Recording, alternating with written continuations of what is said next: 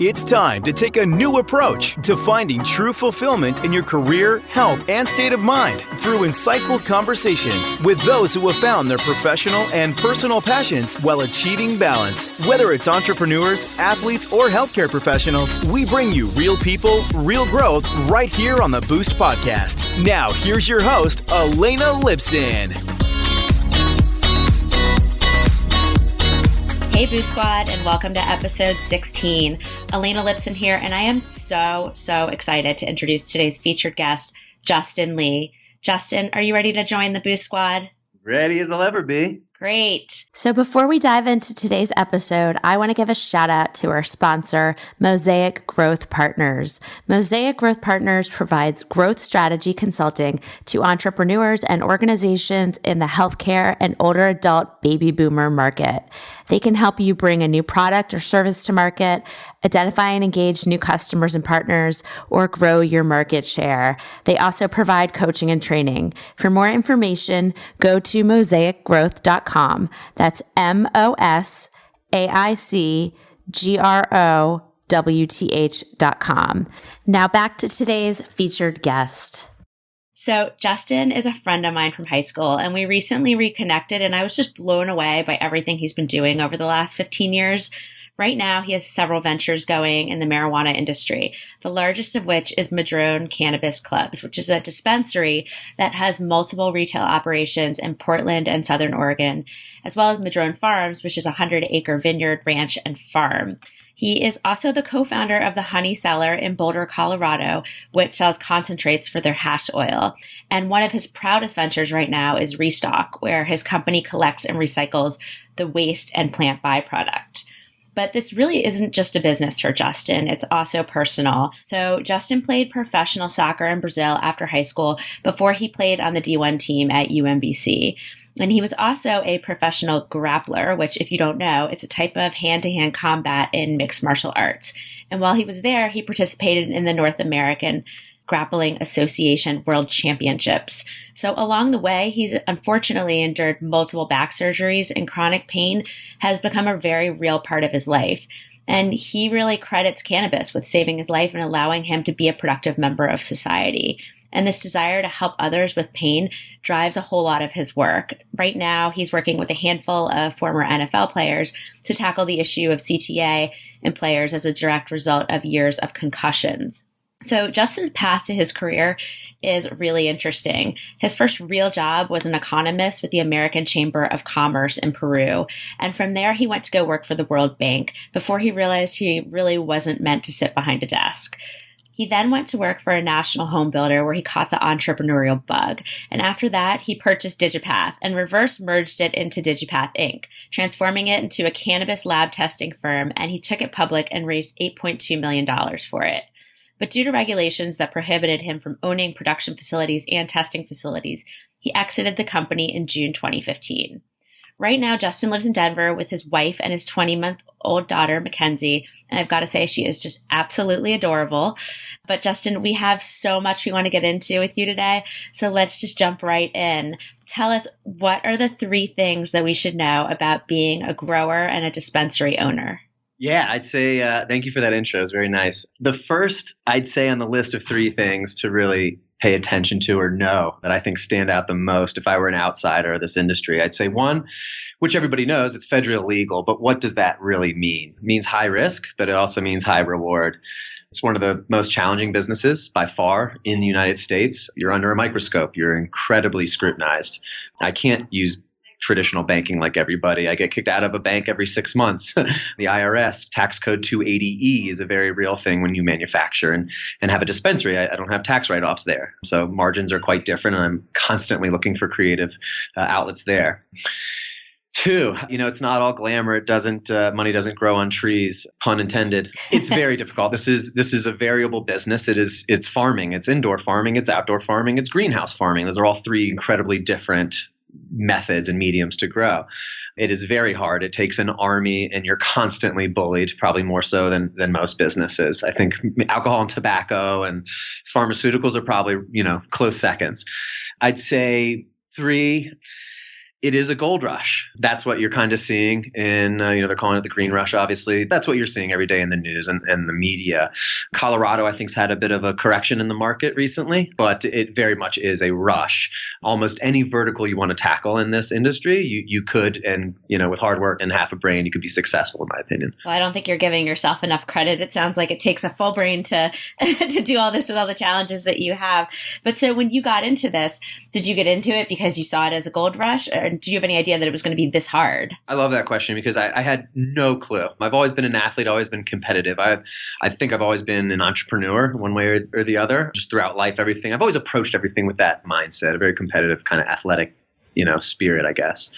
I got into it by meeting a friend from Potomac, Maryland. He went to another local high school, and a soccer teammate from mine in college. We're mutual friends. And he told me at a bachelor party on a boat in Annapolis how this industry was going and how there wasn't a ton of, formal kind of support and expansion. So I just finished, business school, grad school, and I was training full time in New York City, fighting, competing, training other fighters and clients, to make money, not making much money. So it was definitely the point where I wanted to make a leap into, adulthood and something a little bit more serious after I made a career change.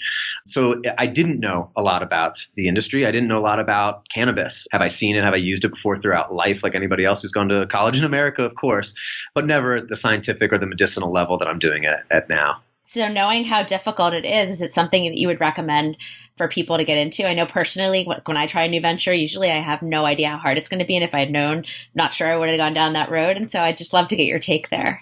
Man, that's another really, really good, tough question. And I answer that hesitantly because different markets have treated me different. Colorado, I think, is by far the most regulated and the most difficult, meaning definitely the most stressful out of my other markets. So there's times where if you ask me that, I'd say I would run for the hills, ignore this, find another way to make a 30-40% margin in another venture. However, it's been an incredible outlet of creativity, of innovation, of meeting people, a medium for my own personal success and satisfaction. Getting this message to people has become also, a big part of what I'm doing rather than just producing products.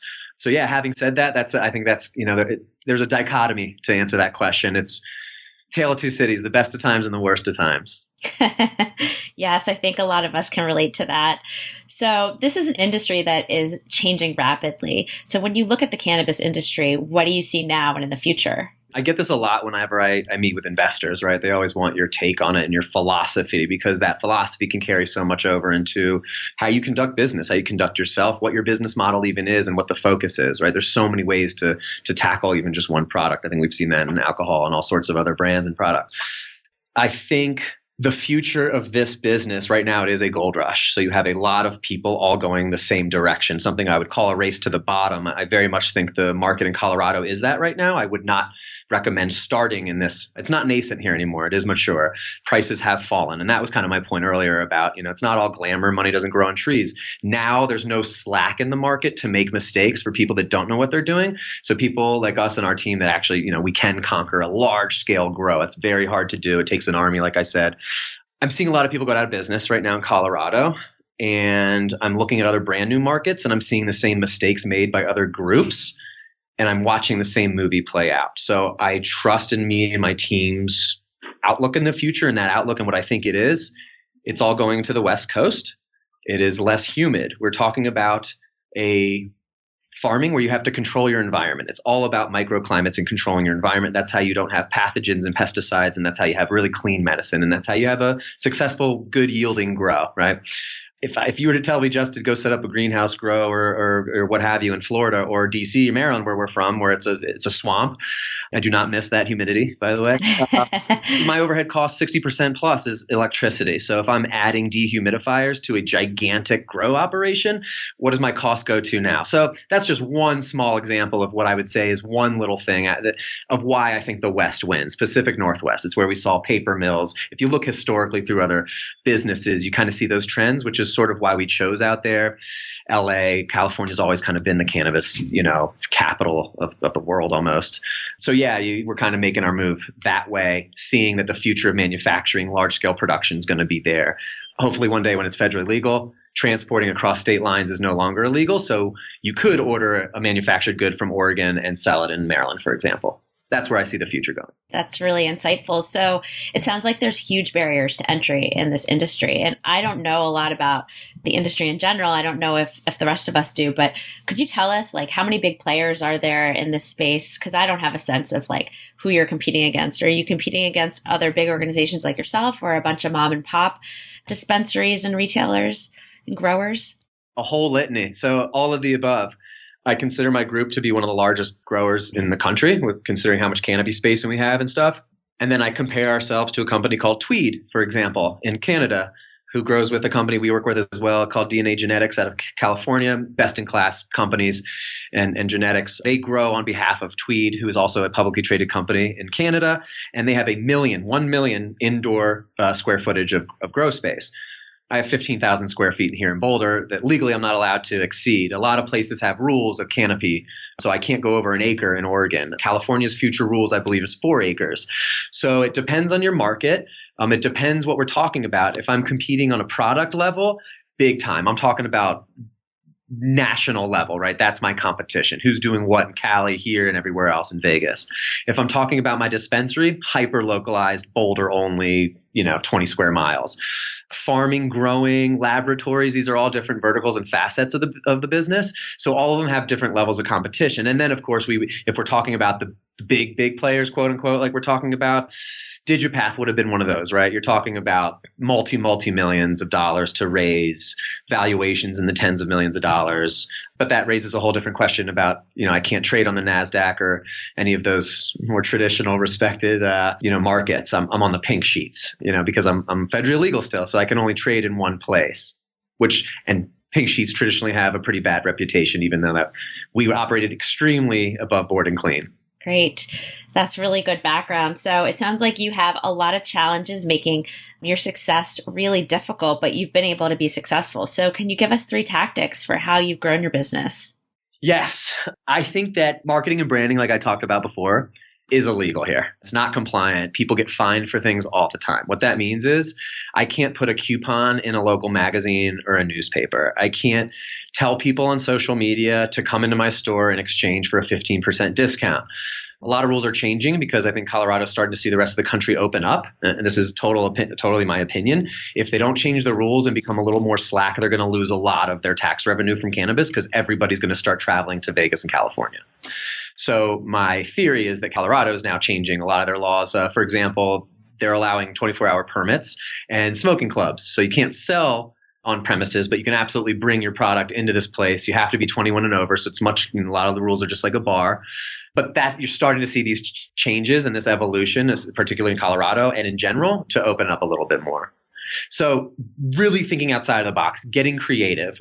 I think I shared with you the Jake Plummer, former quarterback activation we did. I was with him, and Dope Magazine just did an interview and a spread on me and Jake Plummer on advocacy for some of our CBD products that we're really pumping out there for, like you mentioned, for brain injuries, for athletes, anybody addicted to opiates, children that have issues with, any kind of developing cancers. Yeah, tell us more about this and explain who Jake Plummer is for those that may not know. Great. So Jake Plummer, I believe, correct me if I'm wrong, 7 years with the Denver Broncos, all-star quarterback, just an all-around great human being from Idaho, went to Arizona State, all-star quarterback. He is, a total advocate. I would not classify him as a pothead at all. He really is into the medicinal sides of these things. He shops at my store regularly. He lives in Boulder. He's become a good friend of mine. I recommend a lot of stuff to him, which is mainly, it's topicals and stuff. It's not the stuff that you traditionally think just gets you high.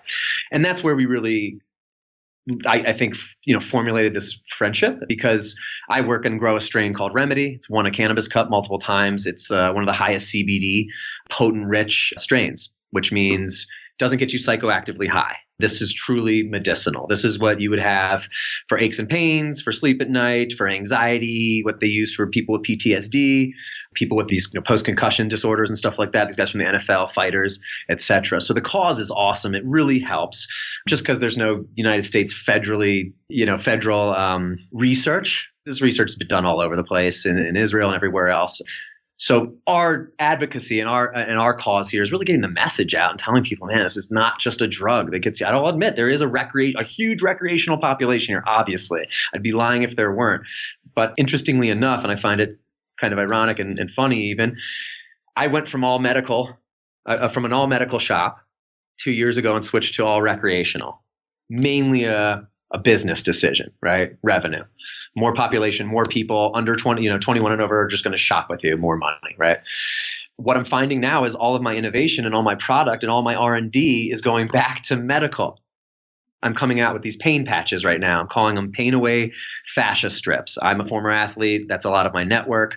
Talking to some big time athletes to endorse this. That's my latest product I'm coming out with soon. It's time released, so 8 to 12 hours. You take it before bed, but it's a fascia strip like for athletes. So it fits on your shoulder and it fits these angles, and there'll be dimpled patches so you can rip them accordingly to not only how much dosage you're taking. So it could be a 5 milligram or 10 milligram dose, and it'll fit the shape of your body where that ailment is. Yeah, and you and I had talked about this a little bit before we got on the podcast. This is a great alternative to opiates. You're hearing so much about people having widespread opiate addiction across the country. People are getting surgeries and then getting addicted to the painkillers. And this is really interesting alternative to that is much safer and less addicting and still can have a lot of the pain healing effects. That's exactly right. And it's, and that's part of our it's a great segue. What we're really trying to push for here is, a lot of the laws right now, and what the DEA came out with is they just made CBD illegal. It's now a Schedule I drug. And I don't like picking these fights, and nor am I a big person into conspiracy theories. It's just there's no other way to look at how corrupt that is. We've seen easily over $900,000 this year spent alone on that big lobby to get cannabis to not be a painkiller approved. CBD does not. You can barely tell you've even ingested it, other than it really does, miraculous things for your health and pain relief. But it doesn't get you high. It doesn't change your consciousness. You're not going to have it, you would never get a DUI. It just doesn't have that effect. So it's tough to see the government enact that and the DEA put that as a Schedule I. And it kind of only leads you to one conclusion. So, it's a big part of this. It saves lives. It doesn't get you high. It's not alcohol. I do see their perspective, however, because it looks the same. It smells the same. So if I'm getting on a plane or if I'm sending it in the mail, I'm looking at this from the police, like their perspective, an authoritative perspective. I'm sitting there like, yeah, this is a pretty thing to you could kind of disguise this here. So how do we know? I understand that perspective too, but yeah, definitely here to shape that paradigm a little differently than it's been. Yep. So let's go back a little bit to some of the other tactics that you've used to grow your business. You talked a lot about some of the creative marketing and branding tactics, citing your work with Jake Plummer as one of the examples of that. Can you give us a couple other things that you've done? Yeah, so that was a great example. Cannabis Cups are competitions here, very much a culture side of this industry, right? You need to look and play the part. So if I show up in my, boat shoes with my hair combed to the side, not a lot of legitimacy there. If I show up with my tats showing, my flat brim hat, it's a little different. I can play it off. My point is to convey that this is a culture event, right? There's rappers and there's hip hop stars and there's a lot of tattoos, a lot of people smoking pot and stuff. So they shut that down last year. The biggest one was here in Denver, 420. It was the first recreational state here in America. Naturally, everybody flew here for the Cannabis Cup. Well, these cups have competitions. So this is where you enter your products, my hash oils, my flower, my bud, and all sorts of awards are given. Won a bunch. Sometimes these are total farces and popularity contests. Now they've become a little bit of both, if not more on the quantifiable side. And what I mean now is that you're actually testing the product now, whereas they didn't before. You'd get 100 different, bags of weed in front of you and you tried every one. By the time you smoke the third one, you don't even know where you are, right? Kind of silly way to judge these things. Now you actually do send it to a real lab. They're testing it and they're telling you the terpinity, the cannabinoids, the potency, everything, heavy metals, microbials. So you actually have a real, judgment now on your product, these cups. So the takeaway there is these cups get a lot of people. If you enter a cup and you win a cup, you're pushing the demand. Now everybody knows that Skywalker 600 just won first place flower Colorado Cannabis Cup 2016. Awesome. Now a lot more people are going to come to my shop. So you find ways like that to build your brand. One of my partners is a big glass collector, functional glass, dab rigs. These things sell for more than luxury cars. So he just sold a piece for tens of thousands of dollars to Action Bronson. You've seen his show on Viceland, a big concentrates fan our wheelhouse. Nike, for example, and Fitbit reached out to us for restock, and they want to use our recycled cannabis byproduct for their packaging. So utilizing, leveraging these partnerships with people that do have huge followings, Jake Plummer, companies like Nike, Fitbit, a lot of beer and wine companies out in the Pacific Northwest where we're on the road grip. So we're near a bunch of really cool growers of all sorts of different products, from lavender to grapes and wine, all that fun stuff. The main takeaway is, traditional marketing just doesn't work. So where you do have to make sure you're awesome. It's like, you ever seen Mean Girls, the movie? Oh, yeah. Yeah. Like here's my example. You cut out the holes in the sweatshirt. She goes to school and all of a sudden it's a cool trend, The question is, how do you become the cool kid in school in an industry that doesn't allow you to be cool in a traditional sense? The way to do that is sort of like this grassroots, let me hang out with the cool people. Let me put myself out there in events and in PR opportunities like this and tell you who I am and tell you my story by doing it this way. And now what's cool is that I can finally come out and be a little bit more forward with some of these products that really have very specific causes, not just to get you high and taste good, right? Because that's always been the focus before. Now it's like, how am I helping these kids? How am I helping over the 7,500 families that have, moved to Colorado from other states to save their kids? That's a real number, the statistics and how many people have gotten off of opiates. Those statistics are disgusting, how many people are affected by, a day by opiates. So if that's something we can change, I'm all against the lobby, in big pharma. And I would love to see the government change that scheduling, Yeah, and I think some of the things that Justin's brought up here are really interesting. So perhaps the cannabis industry is somewhere to look to get some creative marketing ideas, especially if you're like a startup and you don't have a big marketing budget. Thinking through what are some ways that you can do something that's going to catch on, go viral, do some guerrilla marketing. And maybe you don't need a huge marketing budget, but it's about being really creative. And I never thought of this, but I think the cannabis industry could provide a lot of great examples of that. So thank you for sharing some of them, Justin. Absolutely.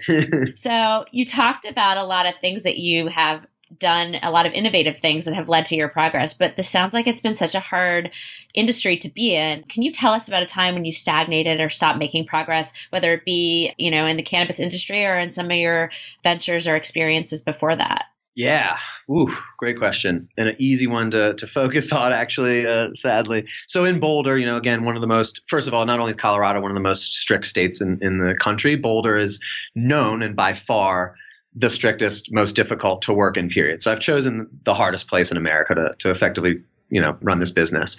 I do not run into these issues in my places in Vegas, California, Oregon, et cetera.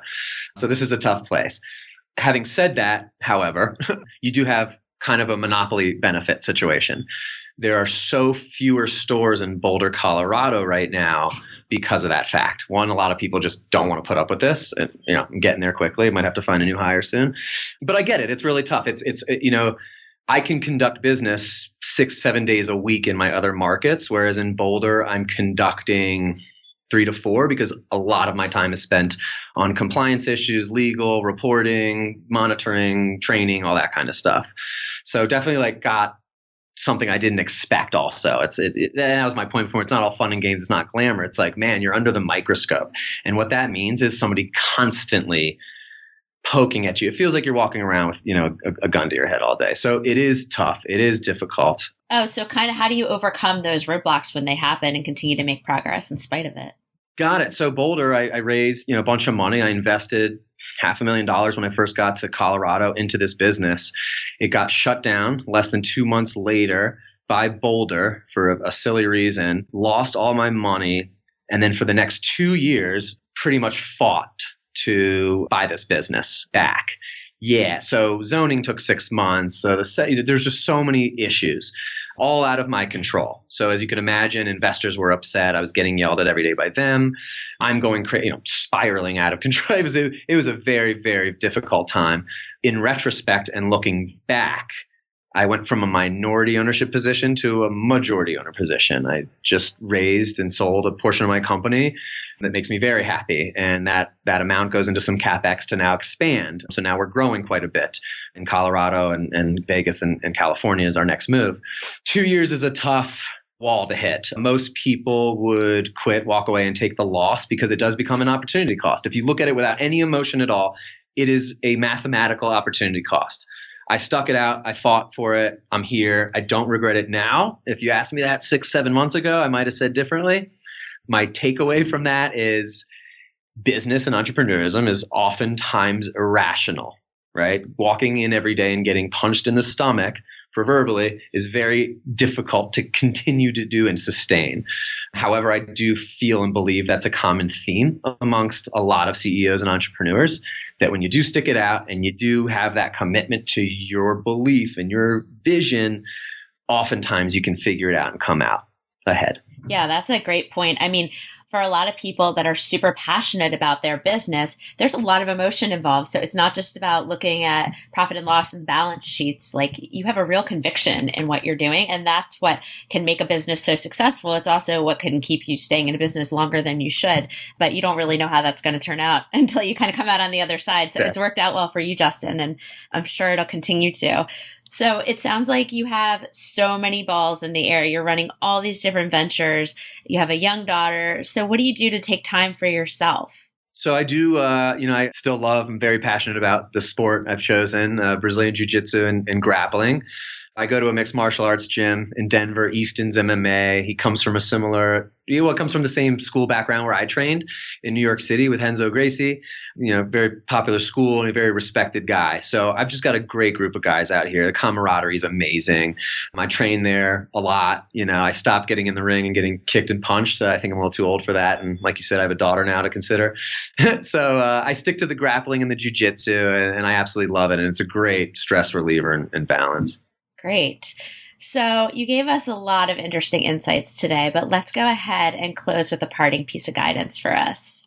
Got it. So, I would say one of my biggest takeaways that I wanted to say that has helped me a lot is sort of a conceptual one. It's a theoretical one. And it's, in business and in personal life, a lot of people's irrational behavior comes from fear and being scared. So if you can put yourself in that person's position and see it from their perspective, more often than not, you'll usually come to some sort of understanding and resolution. And that has helped me infinitely in business. Yeah. So I think you're just saying, like, to have empathy. And you even talked about that a little bit here when you were kind of saying you understood, why certain rulings happened the way they did because you could see from the other point of view. So I do see you applying that in your business. I think that's so important for whatever you do in life, business, personal. Have empathy. So guys, I hope today's episode inspires you to think more about how you can find your passion and live your best life. For more information, including links to resources that Justin and I chatted about today and how best to get in touch with him, head on over to our website, theboostpodcast.com, and check out our show notes from this episode and catch the Boost bonus. Justin, I want to thank you for sharing your journey with us today. And remember, anything is possible for you. Now that you've completed this episode, the next step is to join the Boost Squad for strategic insights, tips, and tricks, as well as exclusive resources designed specifically to accelerate your personal and professional growth. All this and more is waiting for you at theboostpodcast.com.